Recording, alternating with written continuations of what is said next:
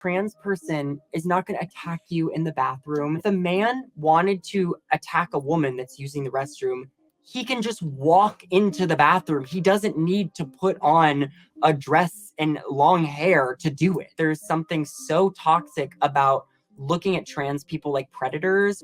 Welcome back to the channel, guys. So there was a situation at Joel Osteen's Lakewood church where the suspect identified was a transgender person. Okay, let's go ahead and get into this topic. Now we have Matt Walsh, who says we need to have a national conversation about the epidemics of trans in this country. And this is true. We do need to have this conversation. The Lakewood church is Joel Osteen's church. It's a big mega church. I have my issues with the church, but of course we don't want anybody to get hurt. And somebody went in there, kind of was spraying it up, if you know what I mean. And 2 people got hurt, and I believe somebody. All right, so let's go ahead and read what Colin Rugg says. Justin, the person at Joel Osteen's Lakewood Church, has been identified as transgender Bernie supporter. Shocker. The individual was identified as Janice Moreno, who was previously known as Jeffrey Escalante. So where do these people even have time to do all this? Moreno, who is clearly unstable, allegedly brought a 5-year-old to the situation. Wow. Who was hit during the incident. Wow. The child is in critical condition. This is really sad. Of course, the weapon that they used, it had allegedly, supposedly it has the message on there, Free Palestine. Back in 2020, Moreno shared a photo of Bernie Sanders on Instagram with captions, "I want him in office as the U.S. president." So person, right? So apparently this person went by Jeffrey first, and then now they're, let me see, Janice. So this person apparently is also here illegally from some country. I think it was El Salvador, if I'm not mistaken. So here's Joel kind of talking about what happened.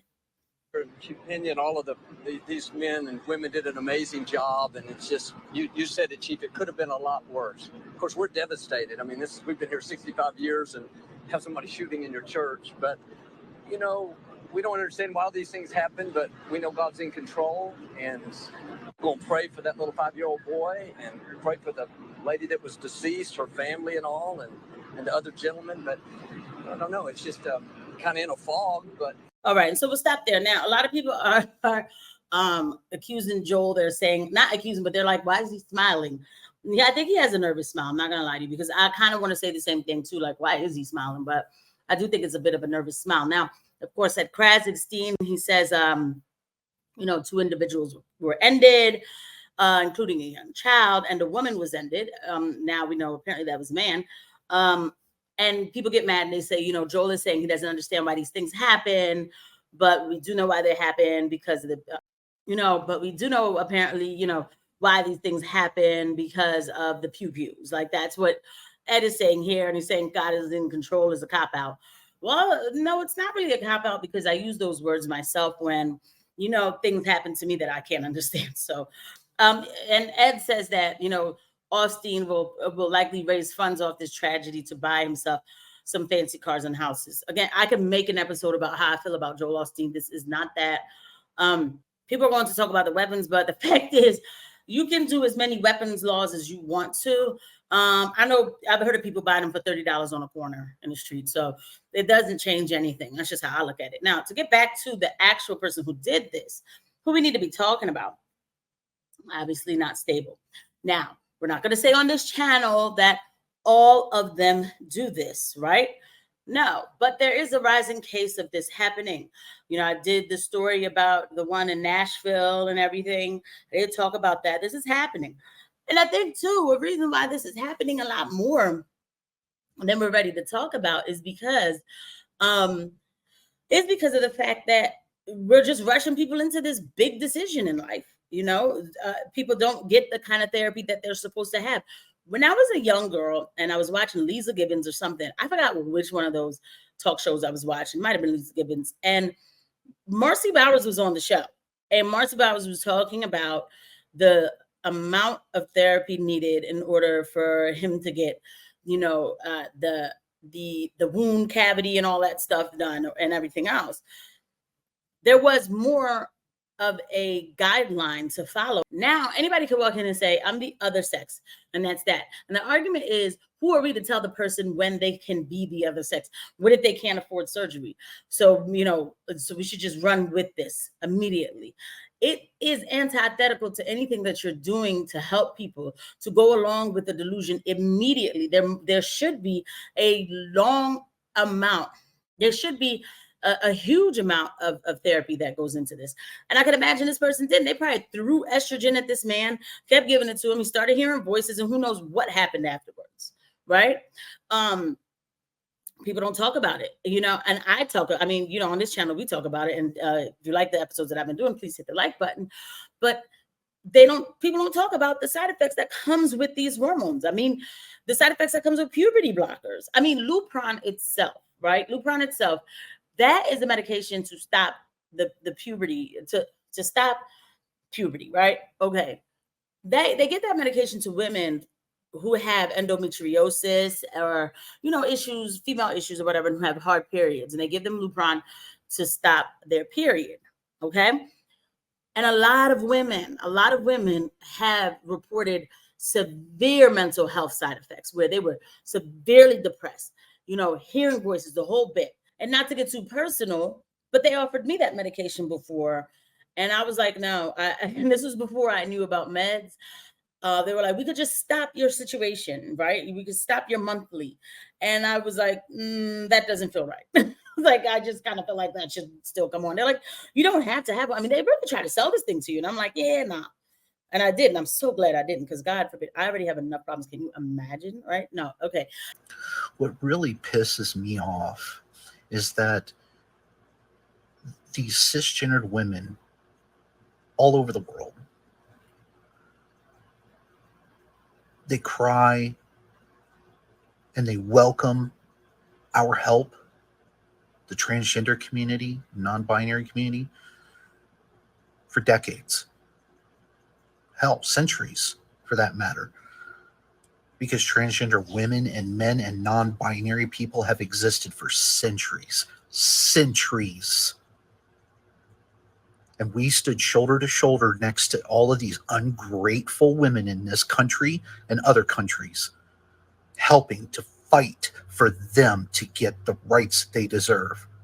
Which scares the crap out of me, right? This video is very scary to watch, listen to how this man is reacting. There is an anger there. There's a rage about something. I don't even know what. About history, talking about, non-binary and all of this stuff. We've been here since centuries. So has germs and bacteria. I don't understand what's going on here. Black people have been here for centuries. What are you getting mad about? You know what I mean? I don't understand. So this is the type of rage right here that you would see this person, and instead of giving them a letter to say, hey, go ahead and chop it off and do what you have to do, you actually should involuntarily commit them, because this person is giving me total danger to himself and others. Let's listen to the rest of the video and see what's going on. And then when we need their help, they turn their backs on us. They say they owe us nothing, when we've been giving them our help and sacrificing for them. Hell, even our transgendered veterans are sacrificing for them. Where are they? Where's their help? Where's their sacrifice for us? Even the lesbian and gay community, there's a good number of them that turned their backs on us. Hell, they did it when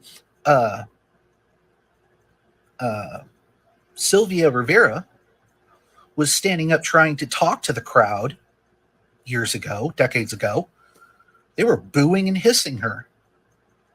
And when she told them what she sacrificed for them people, for them to sit out there in the crowd and just boo her and hiss her and yell just ungodly things to her,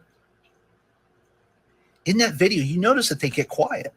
This type of anger is something that, okay, we're watching it here on this episode, but where's his family? Because they really should go get him some help.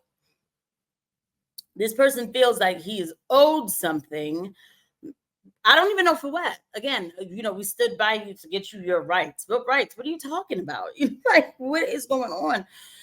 The communism has taken over so badly that this is the type of behavior we're seeing, where people feel like they're owed something. And then now, all right, you already have people who are baseline going through a rough time in their life or a confusing time in their life, and then they're put on medication. And who knows if the medication, and not medication too, to help them like clear up their thoughts. It's medication to keep them, I don't know if it's at bay. I really don't know what it is, but how do you even medicate somebody like this to make them still believe that they're trans, but then, stay calm? I really don't know. And I'm a whole nurse and I'm saying I don't know. But we have a lot of this happening now. And we're living in a society where, again, people feel like they are owed something and then are not diagnosed because we celebrate people's mental health issues, and that's just the bottom line about it.